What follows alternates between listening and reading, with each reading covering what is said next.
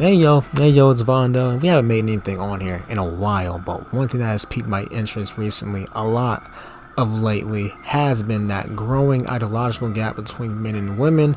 And of course, the current trend is women becoming more progressive and men are becoming more conservative. Now, these two things are definitely linked with each other. They're definitely linked with each other.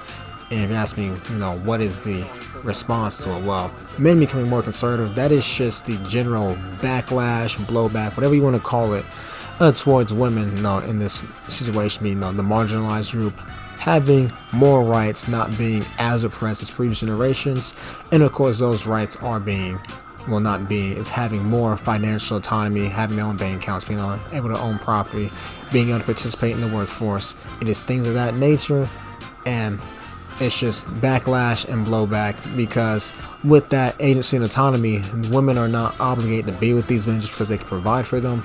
They actually have to want to be with them. It's not about being needed, it's about being wanted now. And with the way some of these men are acting, the women just don't want to be with them. And here comes, the backlash and blowback because previous generation of men, if they just worked, they got a minimum wage job, they were able to, sustain a family with one income, all that jazz. No, they were promised a wife essentially. That's how it was back then. That is no longer the case, and one thing to point out is those relationships were never compatible with actual partnership and companionship. It's just the way things were back then, but gratefully that's no longer the case, and you actually have to be a good partner, be a good companion if you want to date.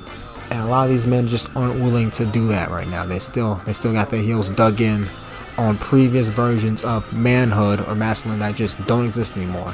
They don't, because one, you want a trad wife, but you don't make enough money to have one. It's that simple. And I'm on the tubular left, so this isn't applying to me. But again, folks on the left can still perpetuate any forms of bigotry. So that's one thing to point out. But these men want trad wives, but they don't have the money to have a trad wife. And now they're mad about that. And it takes a while to see these effects in the play, actually, because one example, let's just be the desegregation of schools and integrating them. We'll go with Little Rock 9 for an example. Brown versus Board of Education got passed in 1954 in May. The NAACP had a plan to integrate, the school in 1955. That got approved, but it took them around, again, another 2 years to actually integrate the school in 1957 during its fall semester. And you saw the blowback or backlash with that. You got a bunch of outraged parents, students, that they're allowing black kids in the school. These kids have to be escorted with federal agents, things of that nature, because, there are actual riots at the school because of it. And it's the same thing now with women having more agency in their right to choose their companions or partners. And it's the same thing. I know some folks won't like that link, but once you start seeing those patterns and how race and misogyny, they're connected, and how those oppressed systems are connected, you just don't stop making those connections. So there you have it right there.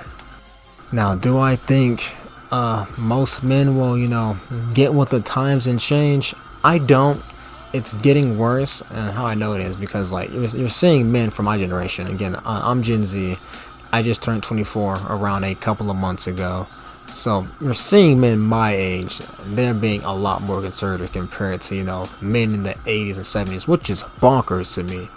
It really is, considering all the things because you would think with some of these movements that's happened in the last 10, 15 years, well, some of this shit is just easier. When it comes to dating. You don't have to do everything financial. Now, granted, you can't with the current material conditions, but you don't have to. So, it's just weird to me. And you don't have to be needed. It's actually about being wanted. But it's not that they want companionship. These men. It's not that they want companionship or partnership. They want dominance and control. That's why it's an issue. Because when it comes to me, I'm like, that's nice. But, again, tubular left. That's where I'm at on the scale of things. So these things, they make sense to me, but they don't for other people. I'm not gonna say it's fine because I don't think those relationships were great back then.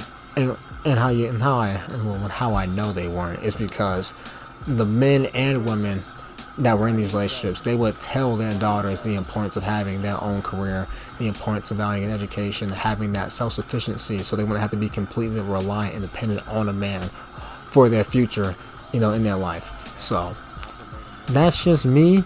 This is very unscripted and off the top, but we do have some great tweets to read regarding the situation in general.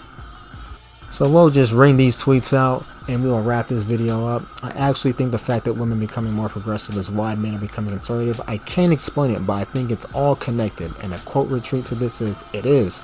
Oppressing women is a tenet of masculinity. The more free women are, the more their liberation will be fought against. Many feel robbed of servitude for women. Previously their birthright, similar to how the civil rights movement triggered the growth of the KKK. That's spitting right there.